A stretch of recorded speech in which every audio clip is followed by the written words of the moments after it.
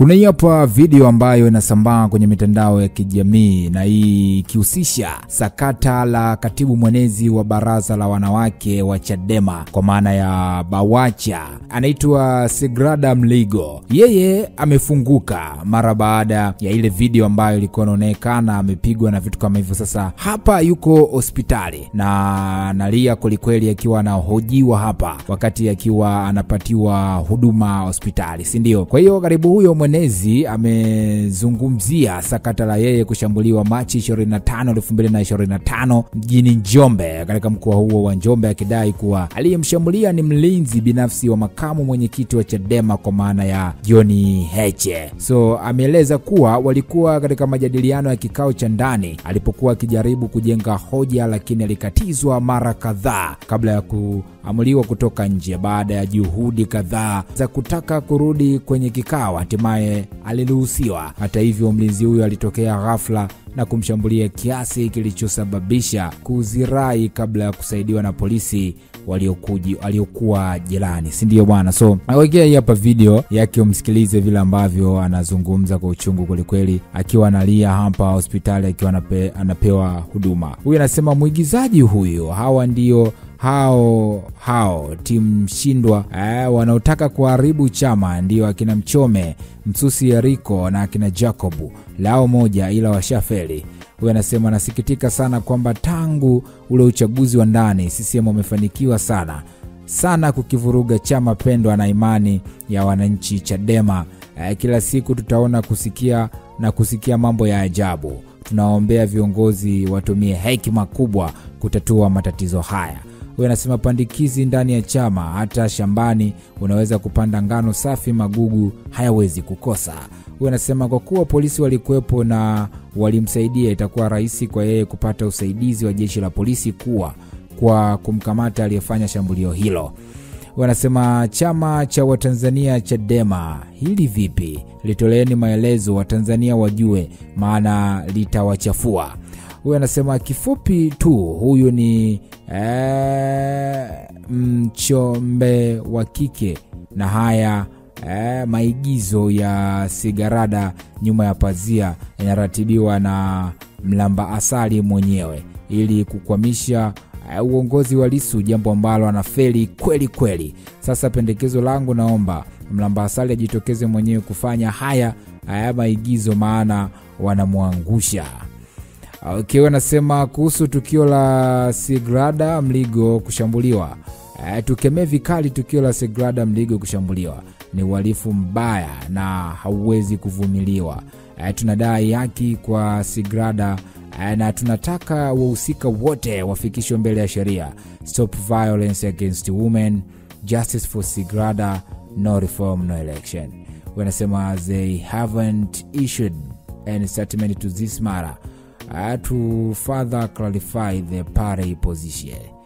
Okay, wanasema sasa kama chama cha demokrasia hamjapewa hata jeshi, mna huu ujinga, mkitawala sitakuwa shida.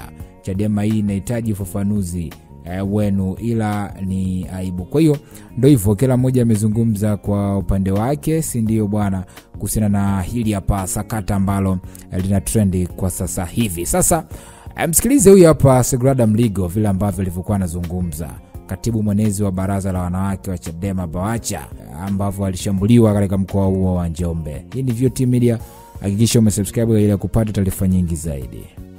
Ikafika zamu yangu ya kuzungumza nikiwa katikati ya kujenga hoja yangu ambayo ndio nilikuwa naizungumza, nikakatishwa. Nikaambia makamu, ili unielewe vizuri na upate uhalisia vizuri, nipe muda nizungumze. Akasema kaa chini. Nikasema ufanye utende haki, nisikilize. Naomba unipe muda nikusimulie vizuri hili jambo, kwa sababu unatakiwa ulijue kiundani. Akasema kwamba kaa chini. Nikasema sawa mwenyekiti, lakini tunaonewa, naomba utusikilize. Akasema toka nje. Nikasema sawa bosi wangu, natoka nje. Nikatoka. Nilipotoka nje nikamtumia message. Nikasema mwenyekiti, naomba nirudi mheshimiwa. mambo ni mengi ya kuzungumza leo, nipe nafasi nizungumze. Nikamtumia message Heche moja kwa moja. Hakunijibu, lakini akaagiza nirudishwe kwenye kikao. Kwa maelekezo niliyopewa, wakatoka watu kuja kunifuata nje. Nikiwa nimekuja kuchukuliwa nje ili nirudi kwenye kikao nikamalizia hoja yangu. Akatokeza mtu anaita ni wa ulinzi na usalama, mimi simfahamu. Akajitokeza na manywele kama malasi, amepanda hewani. Akatoka na kimbia mlangoni kabla mimi sijaingia, yani ile mara wametoka kunichukua nje. Nataka kuingia ndo akanikimbilia akanipiga ngumi kichwani. Nilidondoka pale. Na baada ya kudondoka nikadondokea kisigino cha kichwa.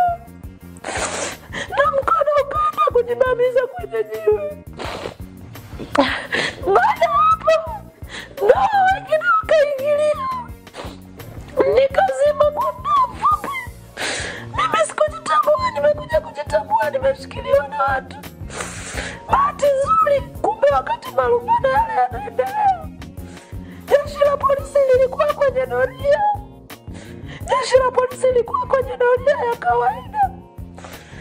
Kumbe polisi walikuwepo. Alikuwepo OCD, alikuwepo mkuu wa kituo, na maaskari wengine wawili walikuwa kwenye doria ya usiku. Kumbe walisikia zile kelele tunazolumbana pale nje, kwa hiyo wakasogea.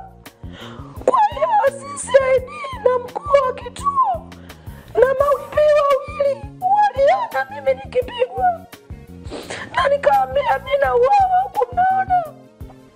Basi pale nikachukuliwa, nikapelekwa nyumbani. Nilipopelekwa nyumbani, nikalala nikiamini labda nitakaa sawa. Imefika saa 10 usiku nikakuta kunyanyuka siwezi. Kumbe nimeumia kichwani na mkono na mgongo. Tukaenda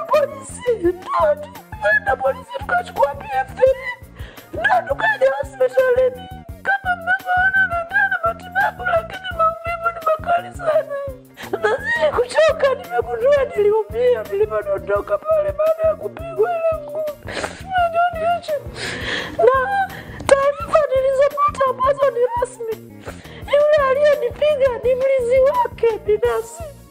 Sasa sijui ni maelekezo au ni nini, lakini tuliziona dalili mapema. Kwa sababu nilianza vikao ambavyo havikuwa rasmi.